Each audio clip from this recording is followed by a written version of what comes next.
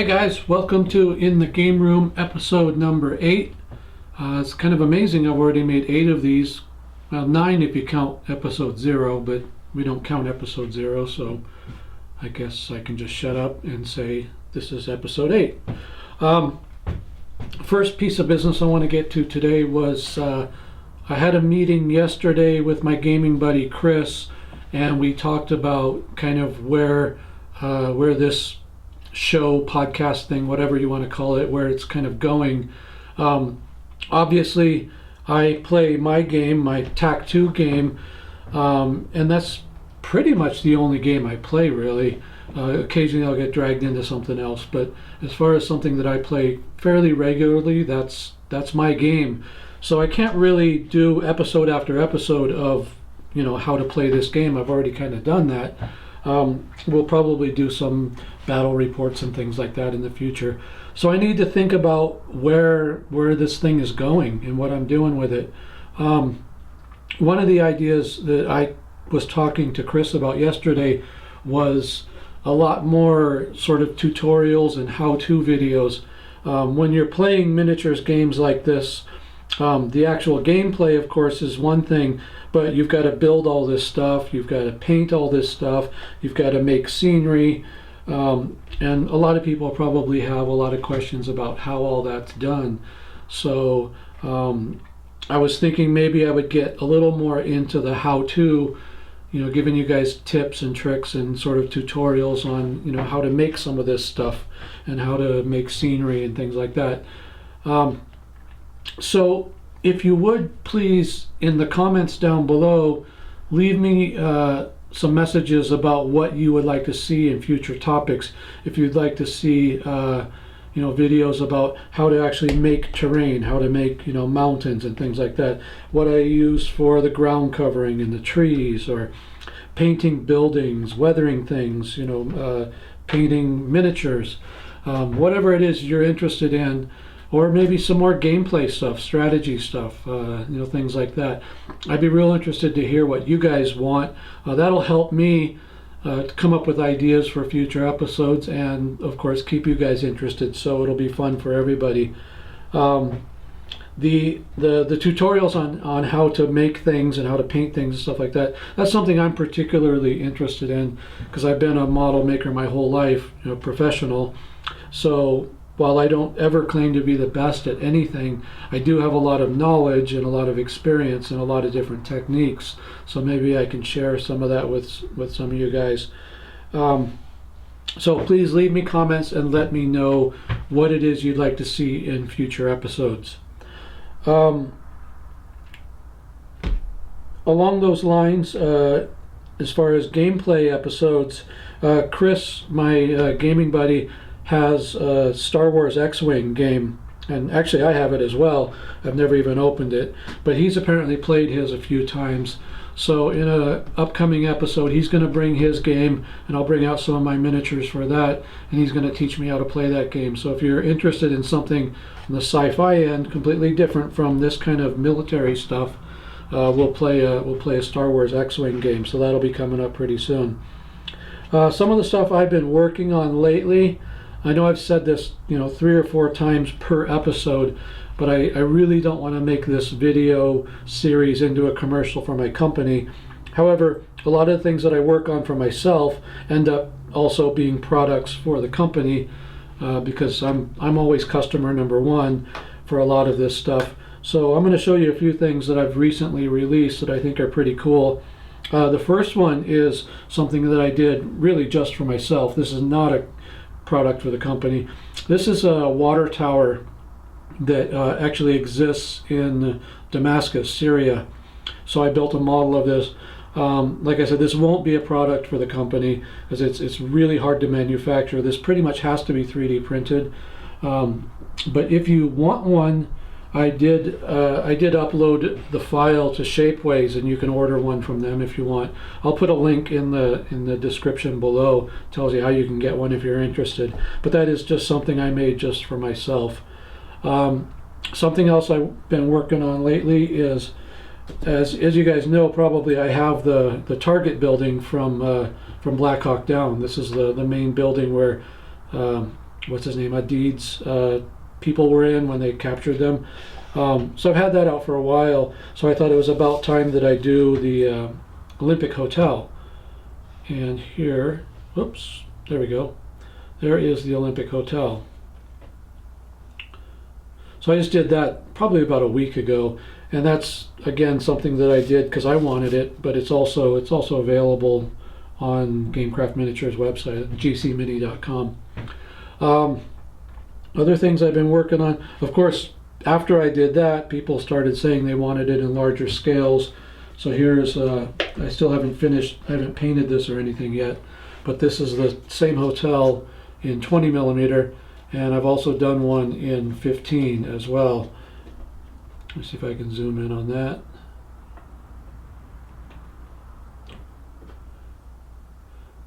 So there's a couple of things I've been working on.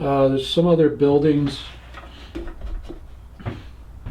I got a couple other Middle Eastern buildings here. I'll have to post up some pictures of these so you can see them. A couple of real small ones here.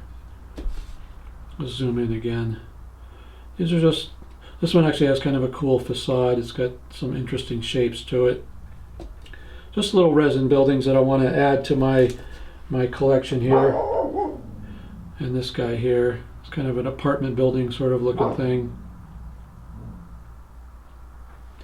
So that's some of the stuff I've been working on lately for myself and for the company.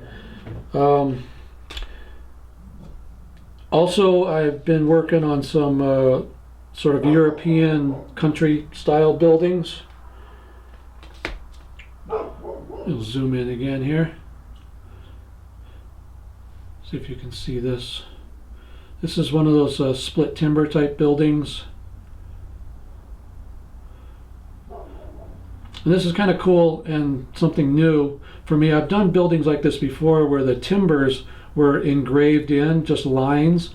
With these timbers here are actually raised out a very little bit, about 0.010 of an inch. So they're actually raised timbers. So that makes it kind of easy to paint, easier. It's never easy when you get to a building this small, but it makes it a little easier to paint. So I'm working on some European stuff for the guys that want to play Team Yankee in 6mm, or just play any 6mm European battle. So by now some of you may be asking what's in the box. I just got this in today, so I'm going to do kind of a little unboxing here. I'm pretty sure I know what's in here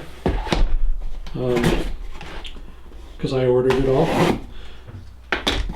There's some things in here that are going to be part of future episodes, so let's just see what we got here. So I've been doing a lot of painting lately and a lot of airbrushing, and while I've been airbrushing forever, I'm getting even more serious about it, about my equipment and the materials I use and things like that, and just trying to up my game a little. So I bought a couple of things. I've never tried this before. This is Vallejo Airbrush Flow Improver.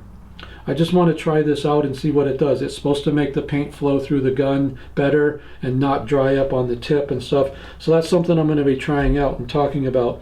I also ordered some of the Vallejo airbrush thinner, which based on its description does exactly the same thing this does. But I know there must be some difference between the two products, otherwise there wouldn't be two products. So looks like, yeah, that one did not come in. That one's coming in a separate package. So when that comes in, I'll be doing some side-by-side comparisons and trying to figure out which one's better for what. One of them is like just a thinner, and the other is a flow improver, which is also a thinner, and the thinner says that it improves the flow. So they both seem to say they kind of do the same thing. So I'm going to find out what the real deal is there and report back to you guys on that. This here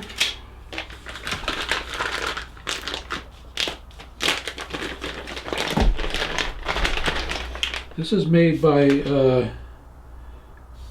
it is made by Medea, which is Iwata. This is just airbrush cleaner. I use water, I use Windex, I use the thinners that come with other paints like Tamiya thinner and things like that.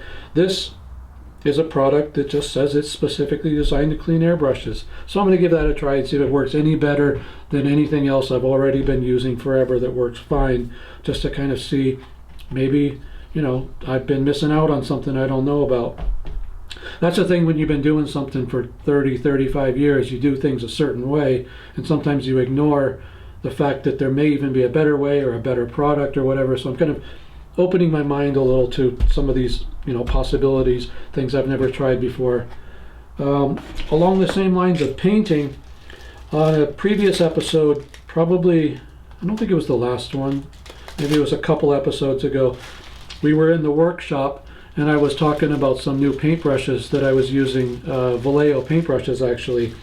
And in the comments, a couple of people wrote me about the Winsor & Newton Series 7 miniatures brushes, and they swear by them. And I've heard of these before. I've heard a lot of people say good things about them, so I thought it's about time that I open up my wallet and pick up a few. So here we go. 4 Winsor & Newton brushes. If I remember right, there should be a number 1, yes, a 0, a 00, and a 000.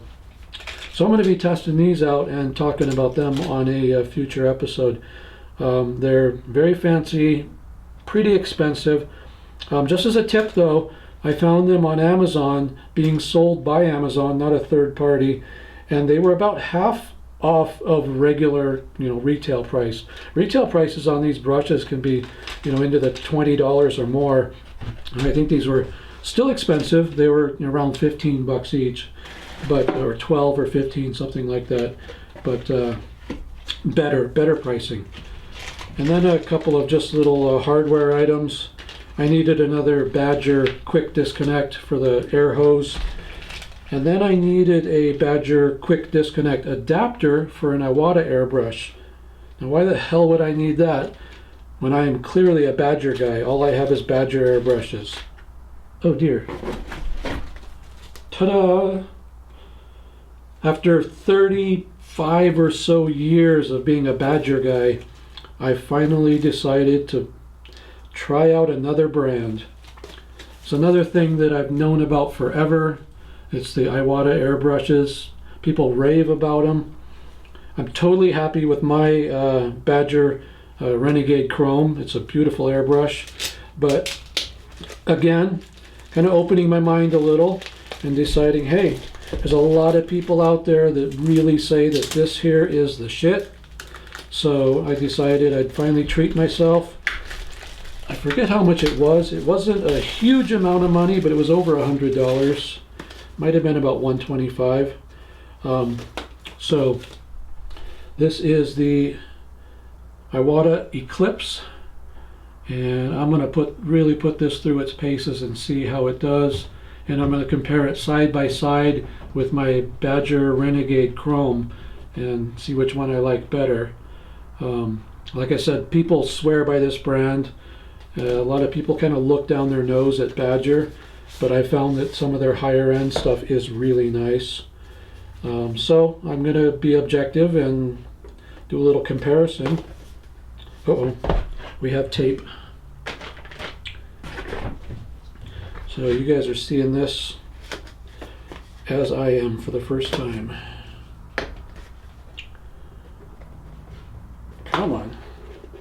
Let's go, tough guy. Open the fucking box. There we go. Comes with a sticker. That's important. Comes with a nice quick start guide. And oh my god, it comes with an airbrush. Oh, that is really, really nice looking. It's always nice when an airbrush is brand new and it's bright and shiny. So there it goes. Got a little, I never use these things, these caps, but it does come with a cap.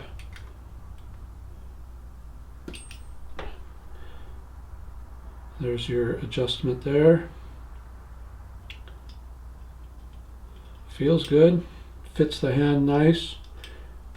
And then I got the adapter for it so I can plug it into my, my Badger quick disconnect hoses.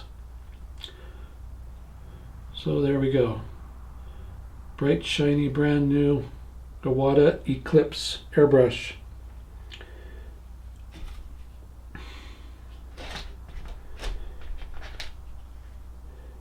Ooh, kinky. Comes with something called Super Lube. We'll see what that's all about. And a couple little wrenches. So I'll be going through this in great detail and checking it out and comparing it to what I already have. And I'll report back on that in a future episode as well. So that was kind of a fun little unboxing there. New toys, it's always fun to get new stuff. And all of this stuff is going to be useful for future episodes. So I think that's about it for now. I knew this would be kind of a short one, but the main thing I wanted to get out today was what's coming up. A future episode of Star Wars X-Wing, probably. Next time Chris gets out here, we'll play that. I want you guys to comment in the comments below what you want to see. Do you want to see more product reviews, how-to videos on painting or finishing or building? If you have specific requests, some people might want to know about building MDF structures or finishing resin structures or painting vehicles on different scales or whatever. Keep in mind that most of what I do is 6mm, but if enough people ask for something in another scale, I'm happy to do that as well. I happen to know a guy that makes a lot of scenery, so I can get whatever I need. So let me know what it is you want and kind of help me figure out where this whole thing is going in the future. And I'm going to go play with this airbrush right now, I think, and see what I think of it. So that's it for tonight. Until next time, keep on gaming.